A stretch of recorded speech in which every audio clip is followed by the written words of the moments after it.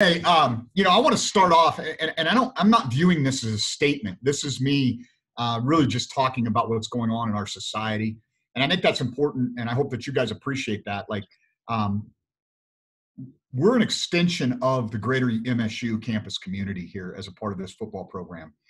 And I thought Waded Cruzado, our president, released an email yesterday. I don't know how many of you had an opportunity to take a peek at that, but it really was right on with what I really believe, which is right now is a time for us, and especially us, as I look at this screen right now, us who are not people of color, to listen and learn and not be reactionary, not put something out there on Twitter or, have a huge comment about what's going on in greater society. And so that's what I want, very supportive of what Ed had to say yesterday. And I know Leon is as well. And, racism isn't something we're going to wave a magic wand over and cure. I can say this, and this is a statement, and this is a comment that we use a lot in our program. Right now, we need to stop talking about it and start being about it. And for me to sit here and have a dialogue with you today without having a dialogue with our players, who I'm here to serve, that's my number one job, to serve players. And I love them. I love them. You don't put the kind of time, energy, effort, and expose yourself to public criticism the way coaches do if you don't love your players and love your job. And I love them all. And I don't care if they're red, blue, black, white, right wing, left wing, gay, straight. I don't care. They're in my locker room. They're my Bobcats, and I care about them. And this is hurting some of these young men right now, and justifiably so. It's a very confusing time, I think, for young African-American men in particular. And so we need to wait for them to get back. We've had dialogues about these things within Zoom meetings, but that's not the appropriate time to have a conversation about what our actions are going to be moving forward, and it can't fall on deaf ears. This stuff needs to change. I was telling, Bill and I were talking this morning. I remember 1992, I was 19 years old when the whole Rodney King thing took place. And so here I am coaching 19-year-olds, and this is, kind of happening in a similar way again, and it's unfortunate. But as I said, when we act, just like everything else in our program here at Montana State in our football program, it's going to be our students taking the lead with our love and support. And so that's kind of what I have to say about that. And I think if there's one takeaway, it's like I said, let's not talk about it. Let's be about it. And I'm not here to, really talk about it anymore. And so I know there's probably going to be a follow-up question or two to that. And I understand that. And so, and then anything else that you guys want to get into today, I don't have a lot of time, but I'm more than happy to discuss some of those other things. So with that being said, senior member of the media, I think, would be Colton. Was that Coulter or Colton? Colton. Okay. Well, Jeff, I do want to ask a follow-up because I think that it's very interesting. A guy like me who was born in McCall, Idaho, and grew up in a town of less than 100 people before we moved to Montana. A guy like you who grew up in St. Mary's. I mean, these are not diverse places, but because of sports, you and I and so many other people have been around people of all sorts of different backgrounds and races, ethnicities, everything. So what do you think of just the role sports can play in this time, just in terms of being sort of an example of the melting pot that we can have, where you can have family that is from completely different sectors of life? Yeah, I think it can be a really healing part of this process, and it is a part of the process. I mean, as I mentioned earlier, this is a systemic issue, and it's not just about race. It's about socioeconomic class. It's about politics. I mean, there's so many divergent ways that we can go through this. But I can have a guy like Denver Crone who lives on a ranch outside of Choteau, Montana, respect, love, and care for his brother in the locker room, Tyrell Thomas from Compton, California. Okay, that doesn't happen anywhere else. That does not happen anywhere else. And I tell our kids this all the time. The reason that we have an obligation to talk about two things in our program, because I can't fix everything and nobody can, but the two things that I can control, that I have to talk about with our young men. Number one is how you treat women. That's the first thing. Okay.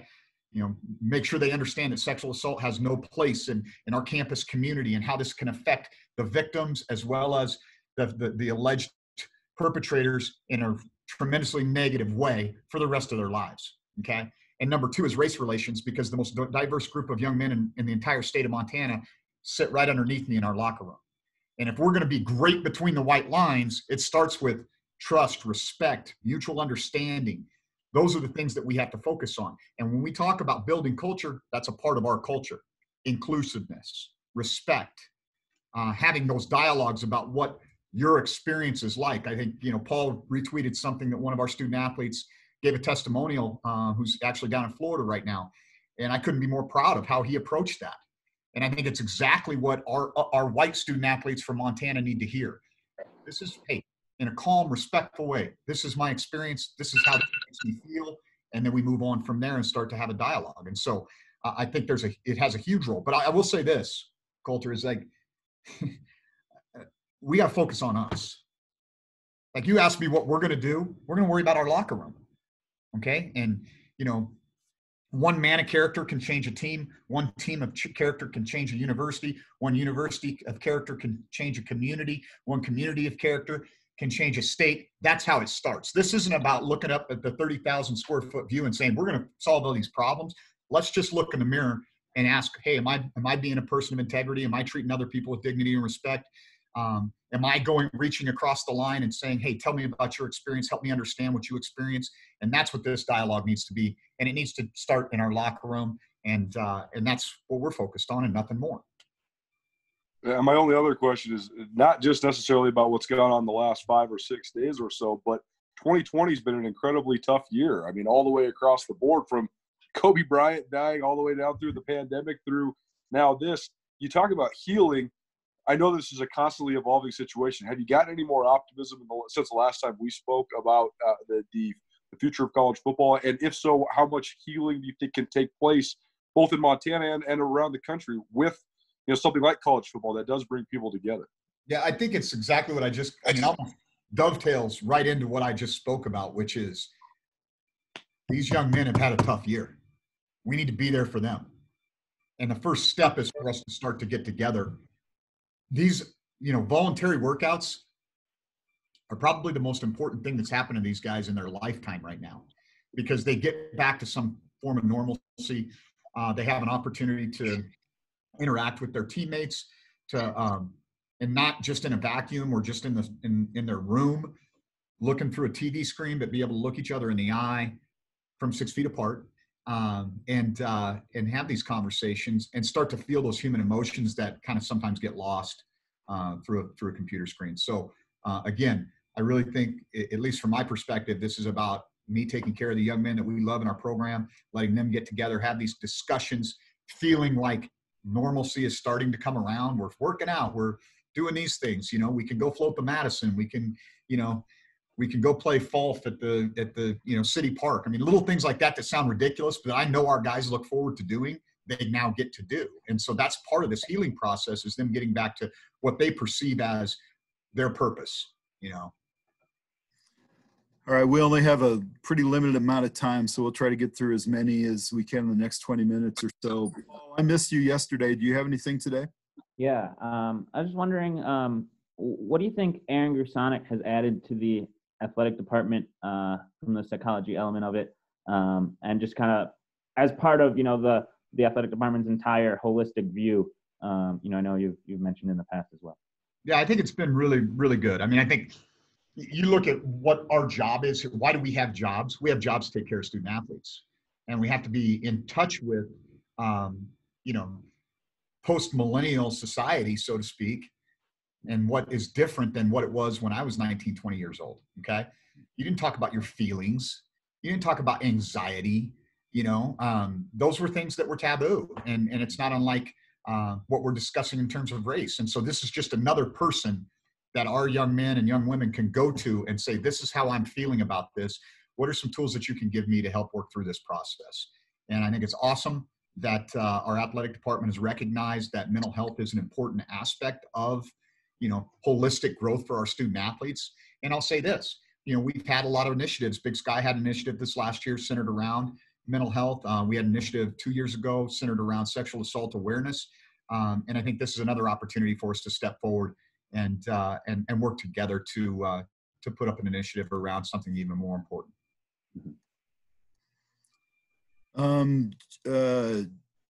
Craig Haley, I see you're on. Do you want to ask a question?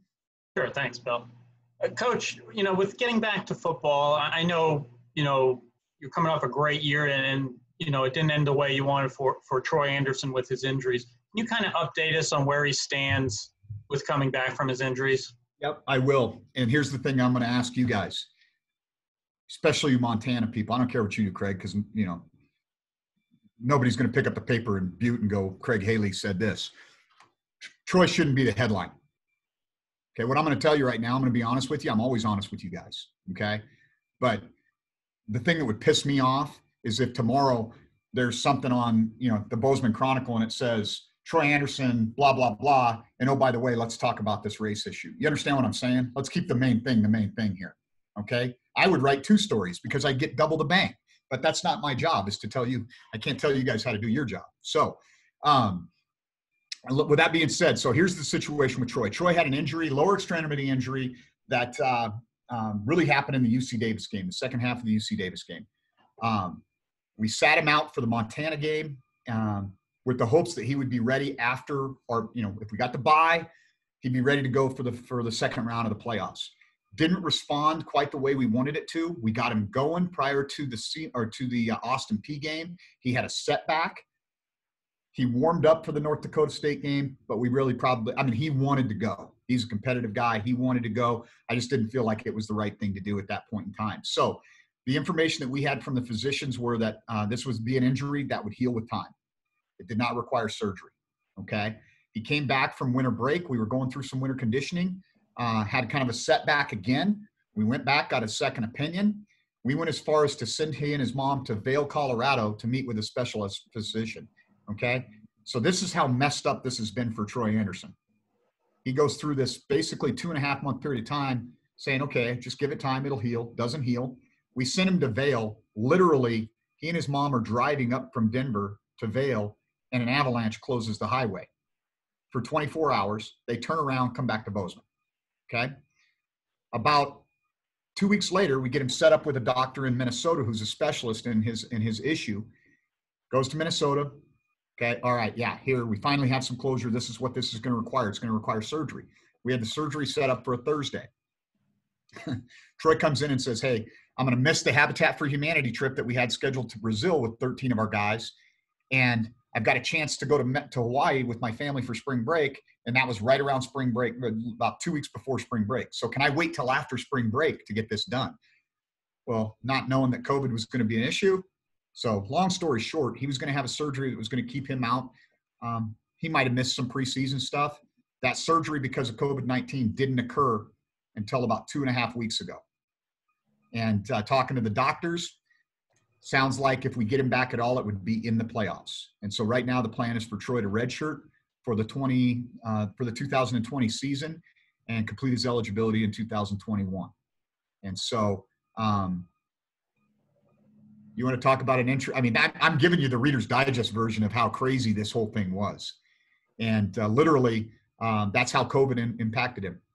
Because he was out of state, he had to jump through a bunch of hoops, had to get tested for both antibodies and for the diagnostic part of the COVID virus.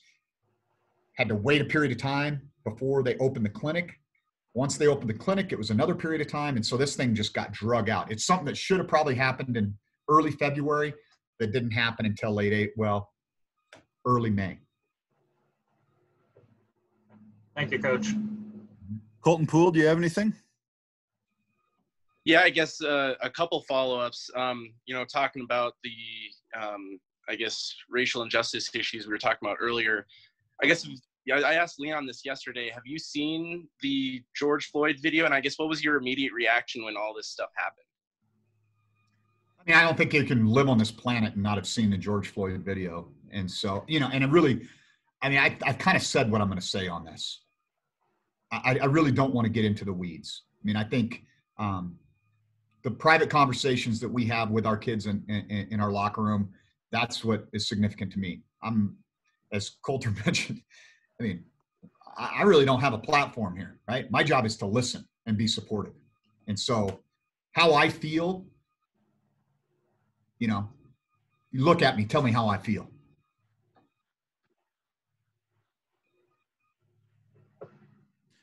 Go ahead. Colton.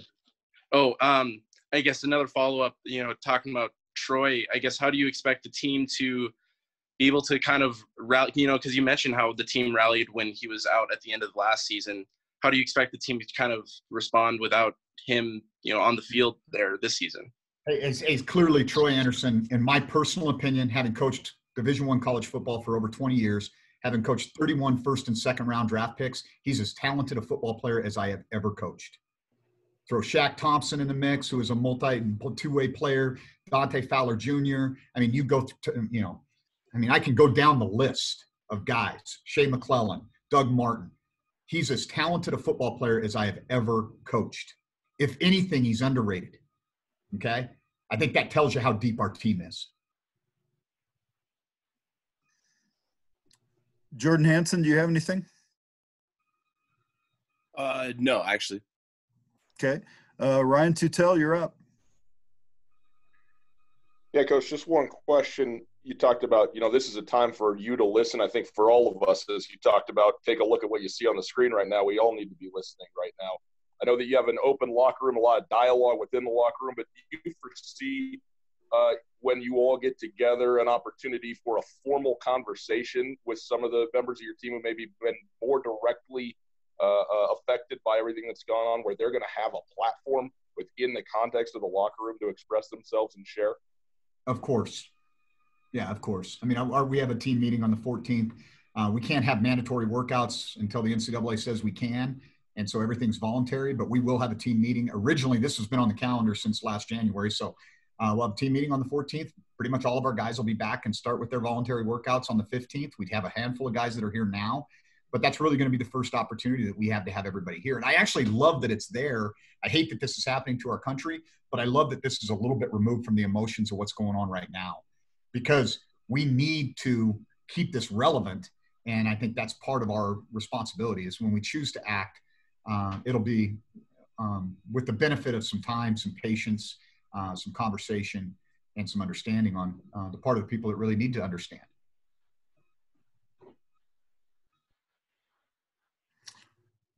Sean Rainey, do you have anything? Yeah, Coach, two for you. What has been maybe like the feedback or an anecdote that you've heard from players as far as getting back and having those voluntary workouts and how awesome that's been for them? Yeah, I ran into, as I was coming in this morning, we have about 25, 26 kids that were in Bozeman that could meet kind of our protocol to get started. And they're kind of our guinea pig group in terms of how we're doing our intake and how the, small groups transitioning and whatnot. And they're just like, they're sore because they've been going, this is their third day, and now they're all walking around pretty gingerly, but they all have big smiles on their face, and they're just glad to be back, to do something besides pull-ups and push-ups and crunches and air squats and locked into their bedroom. And now they get to, do real workouts. And even though they can't be right next to a guy, they can, see them and feel like they're a part of something again. And so, yeah, they're all very excited. And then second, a follow-up with Troy, just knowing how special of a player he is, and you've talked about it, and will have a future to play football beyond just college. How much does the big picture with him come into account as far as, being on the cautious side of things with him? Well, I think let me make it clear. Troy Andersen wanted to play against the University of Montana. Okay. Troy Andersen wanted to play against Albany. Troy Andersen wanted to play against Austin Peay. Troy Andersen wanted to play against North Dakota State. We do the right thing for our kids based on the medical contributions that we have from our medical staff, and based on watching and observing their ability to go out, protect themselves, and compete at a high level. Okay, so we already took that out of the equation. We're doing what's best for Troy, and I actually think it's best for our team too. And, I know this is good. Again, this is going to be the story, right? When you take the best player, and I don't care who you throw out there. Hey, that quarterback from North Dakota State, he's a hell of a player, but he can't play linebacker the way Troy Andersen can. Okay. And so I truly believe Troy is the best player in the FCS. And yes, is it going to hurt for us to lose him? Yeah. Is it going to galvanize our team and put a bigger chip on our shoulder? You bet. Thanks. Alex, do you have anything today? I do. Hi, Coach.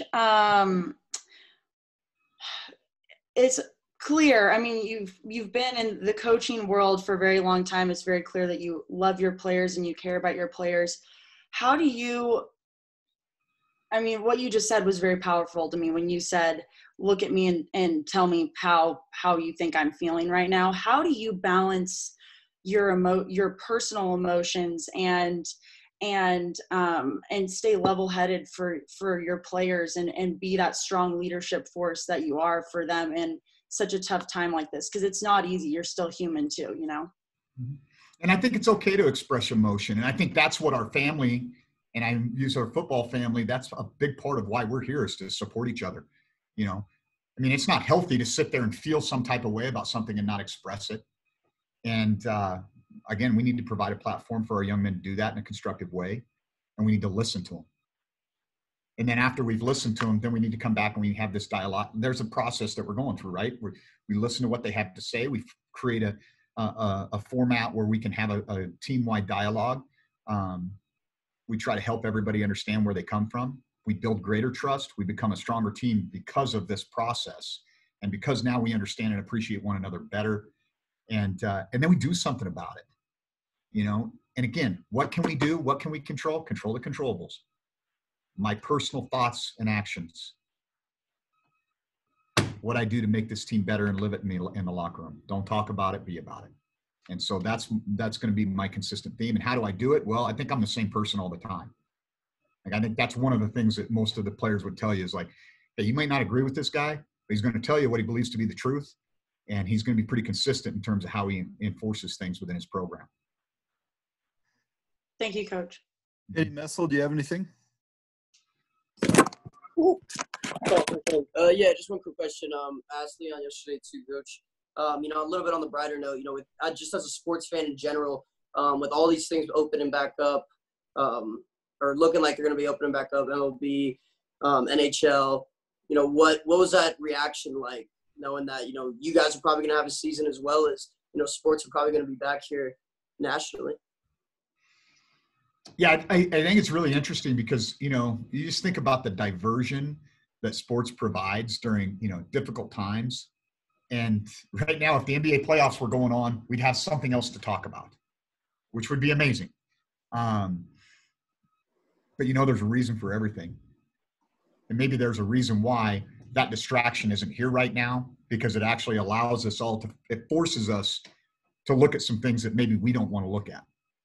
And so while I think everybody's excited to get back to whatever normal is, in a weird way, I think this is a blessing in disguise that we're forced to look at this ugly thing and really start to, you know, we're not distracted by other things. And so I think there's kind of a balance there, if you get what I'm saying.